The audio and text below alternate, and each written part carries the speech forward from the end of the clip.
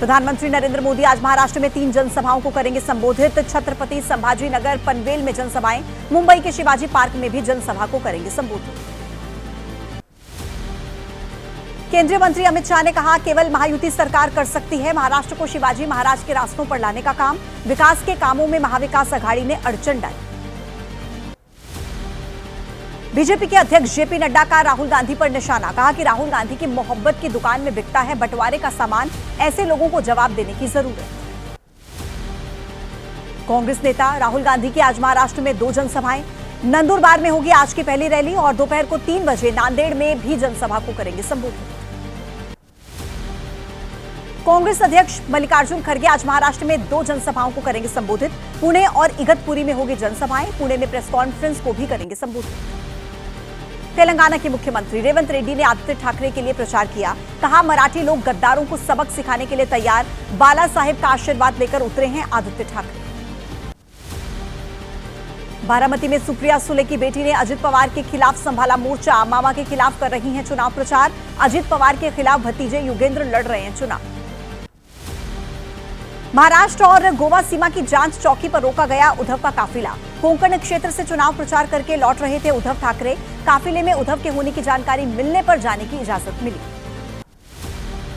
मुख्यमंत्री एकनाथ शिंदे और deputy CM Devendra Fadnavis के बैग की जांच हुई। पालघर में सीएम शिंदे और काटोल में डिप्टी सीएम फडणवीस के हेलीकॉप्टर के उतरते ही बैग की जांच की। कांग्रेस नेता इमरान प्रताप गढ़ी के हेलीकॉप्टर की सांगली में जांच। कांग्रेस के सांसद ने पूछा, सिर्फ विपक्ष की ही चेकिंग होगी या फिर सत्ता पक्ष के लोगों की भी होगी जांच। महाराष्ट्र में भरे मंच पर सोलापुर पुलिस ने दिया असदुद्दीन ओवैसी को नोटिस, भड़काऊ भाषण न देने की हिदायत। पार्टी प्रत्याशी की प्रचार रैली में सोलापुर पहुंचे थे ओवैसी। महाराष्ट्र के मालेगांव में आरोपी सिराज और बैंक मैनेजर गिरफ्तार। गरीबों के बैंक अकाउंट खुलवाकर 125 करोड़ 37 अकाउंट्स में ट्रांसफर किए। अभी से और सभी से तुरंत कैश निकाला गया। 17 गरीब लोगों के अकाउंट खुलवाकर इस्तेमाल करने का दावा बीजेपी नेता किरीट सोमैया ने लगाया। गरीबों को करोड़ों रुपए देकर वोट खरीदने का आरोप। बीजेपी नेता किरीट सोमैया का आरोप, वोट जिहाद के लिए आ रहे हैं पैसे। कुछ दिन पहले मालेगांव में 250 करोड़ की बेनामी ट्रांजैक्शन का खुलासा हुआ। चुनाव आयोग और ईडी से की जांच की मांग। महाराष्ट्र की जनसभा में बोले यूपी के सीएम योगी आदित्यनाथ, 2014 के बाद के भारत को कोई छेड़ता नहीं और अगर कोई छेड़ता है तो भारत उसे छोड़ता नहीं। तो चलिए, महाराष्ट्र चुनाव के बाद अब झारखंड विधानसभा चुनाव के लिए पहले चरण का मतदान कल संपन्न हो चुका है और अब सभी सियासी दल अगले चरण की तैयारी में जुट गए हैं। झारखंड चुनाव से जुड़ा हर अपडेट आपके सामने 9 सेकंड न्यूज।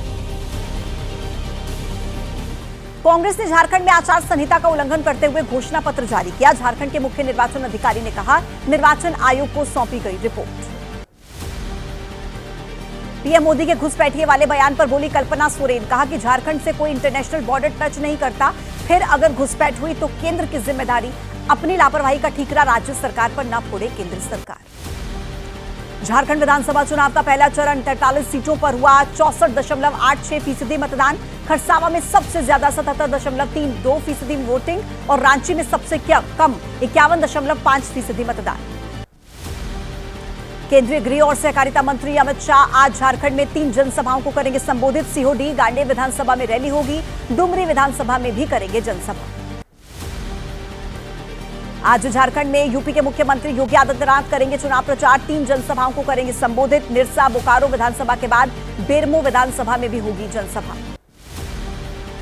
गारंटी को लेकर कांग्रेस को घेरने की तैयारी। कांग्रेस की झूठी गारंटी बनाम। मोदी की गारंटी को लेकर बीजेपी नेता अनुराग ठाकुर रांची में करने वाले हैं प्रेस कॉन्फ्रेंस। उत्तर प्रदेश के फूलपुर विधानसभा सीट पर उपचुनाव। आज अखिलेश यादव फूलपुर में करेंगे जनसभा और समाजवादी पार्टी ने मोहम्मद मुस्तफा सिद्दीकी को बनाया है अपना प्रत्याशी। सपा नेता इरफान सोलंकी की याचिका पर इलाहाबाद हाईकोर्ट आज सुनाएगा फैसला। ट्रायल कोर्ट ने सुनाई थी 7 साल की सजा। फैसले पर अगर रोक लगी तो फंस जाएगा सीसामऊ सीट का उपचुनाव। और चलिए अब आगे बढ़ते हैं। 9 सेकंड न्यूज में आपको दिखाते हैं देश की राजनीति से जुड़ा हर बड़ा अपडेट। बिहार के पूर्णिया से निर्दलीय सांसद पप्पू यादव को फिर से मिली धमकी। कुरियर से भेजा गया धमकी भरा पत्र। खुद को बताया लॉरेंस बिश्नोई का दोस्त। कहा 15 दिनों में उड़ा देंगे आवास। वक्फ संशोधन बिल पर बनी जेपीसी की रिपोर्ट में हो सकती है देरी। शीतकालीन सत्र में बिल पास होने पर संदेह की स्थिति और सूत्रों के मुताबिक अभी तक समिति की कार्रवाई पूरी नहीं। कर्नाटक के मुख्यमंत्री सिद्धारमैया का बीजेपी पर बड़ा आरोप, कहा कि मेरी सरकार गिराने के लिए कांग्रेस के 50 विधायकों को 50-50 करोड़ रुपए की पेशकश हुई, अब दर्ज कराना चाहते हैं झूठा मामला। गोवा में पैसों के बदले नौकरी घोटाले का दावा, कांग्रेस ने की जांच की मांग, कहा 2019 के बाद हुई भर्तियों पर जारी हो श्वेत पत्र। गोवा कांग्रेस के नेता गिरीश का आरोप, गोवा में व्यापम 2 जारी, बीजेपी से जुड़े हुए हैं। नीट से लेकर हुए हर परीक्षा के घोटाले के आरोपी, बीजेपी मामले को दबाने की कर रही है कोशिश। दिल्ली में बस मार्शल की बहाली का मामला, सीएम आतिशी ने एलजी को दिया बहाली के लिए आधिकारिक नोट, कहा एलजी के अधिकार क्षेत्र में आता है ये मुद्दा। तेजस्वी ने प्रधानमंत्री नरेंद्र मोदी के पैर छूने पर नीतीश को घेरा, कहा कि कोई नई बात नहीं है, आजकल तो सीएम नीतीश अधिकारी के भी पैर पकड़ रहे हैं, फिर प्रधानमंत्री के पैर छूना कोई बड़ी बात नहीं। इंडिया गठबंधन के प्रत्याशी विनोद सिंह के लिए मुख्यमंत्री हेमंत सोरेन ने बिरनी में किया चुनाव प्रचार, कहा कि दूसरे राज्य के सीएम झारखंड में हिंदू मुस्लिम की बात बोलकर भर रहे हैं जहर। बीजेपी के समर्थन में खुलकर उतरी एसपी विधायक पूजा पाल, फूलपुर विधानसभा उपचुनाव में बीजेपी प्रत्याशी के लिए प्रचार किया। कौशाम्बी की चायल विधानसभा सीट से हैं विधायक। रामगढ़ विधानसभा उपचुनाव के दौरान पुलिस बल पर पथराव, सोशल मीडिया पर वायरल वीडियो, पुलिस कर रही है जांच, फर्जी मतदान के लिए बूथ में घुसने की कोशिश हुई नाकाम। महाराष्ट्र के सबसे अमीर उम्मीदवार को पूर्व टीवी पत्रकार की चुनौती, नित्यानंद शर्मा अनोखे चुनावी प्रचार के जरिए बटोर रहे हैं सुर्खियां, 5 मुद्दों के लिए मांग रहे हैं वोट। देश से जुड़ी कुछ और बड़ी खबरें अब देख लीजिए 9 सेकंड न्यूज। राजस्थान के टोंक में थप्पड़ कांड के बाद नरेश मीणा को गिरफ्तार करने के लिए पहुंची पुलिस को चकमा देकर फरार हुआ नरेश मीणा। चुनरी में छिपकर मीणा रफू चक्कर, समर्थकों ने किया हुड़दंग। राजस्थान के टोंक में विधानसभा उपचुनाव की वोटिंग के बाद बवाल हुआ। निर्दलीय प्रत्याशी नरेश मीणा के समर्थकों ने की थी तोड़फोड़ और आगजनी। निर्दलीय प्रत्याशी नरेश मीणा ने एसडीएम अमित चौधरी को जड़ा था थप्पड़। नरेश मीणा ने प्रशासन पर भेदभाव का आरोप लगाया था। इसी दौरान एसडीएम से हुआ था विवाद।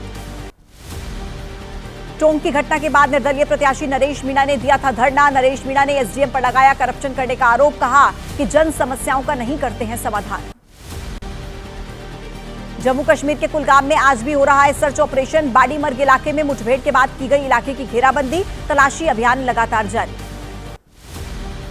जम्मू कश्मीर के कुलगाम में सुरक्षा बलों और आतंकियों के बीच मुठभेड़, इलाके में 2 से 3 आतंकियों के छिपे होने की संभावना। सुरक्षा बल चला रहे हैं सर्च ऑपरेशन। कुलगाम के बाड़ीमर्ग में चल रहा है सर्च ऑपरेशन। बुधवार की रात ऑपरेशन वाले इलाके में लाइट्स लगाकर बढ़ाई गई निगरानी, अतिरिक्त सुरक्षा बल किया गया तैनात।